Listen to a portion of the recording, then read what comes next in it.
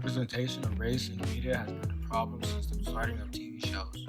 Blacks have been the main victim of this because of how they're portrayed on television. What's up? I never yielded! And as you can see, I am not dead! The problem, though, is that many representations are based on cultural stereotypes, which tend to marginalize and caricature members of non-dominant groups. Through these representations, we see a limited and distorted view of others. Both entertainment and news media are powerful forces in creating and perpetuating negative cultural stereotypes, especially about racial and ethnic groups. Many films in the 1900s started portraying blacks as nannies, criminals, slaves, blackface, or just plain ignorance.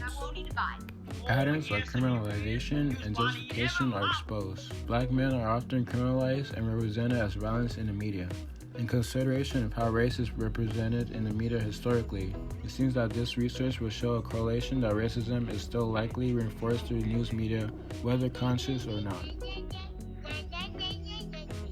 But from the mid-1910s to the 1930s, Duke University says some film companies had a sort of revelation, if you will.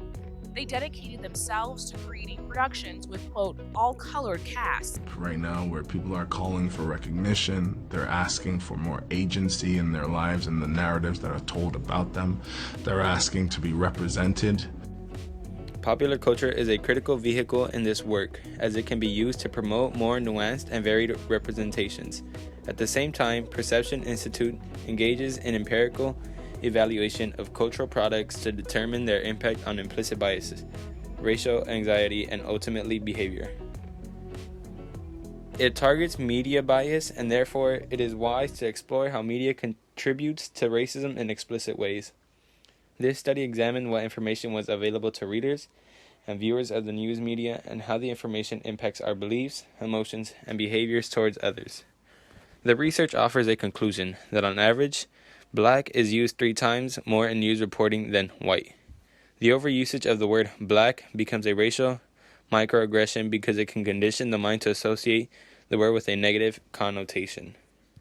They called it Oscar bait, which brings me to my next point. But I think it sucks that if black people want Academy Awards, we can't just make movies about anything but slavery. No. We can make any movie we want.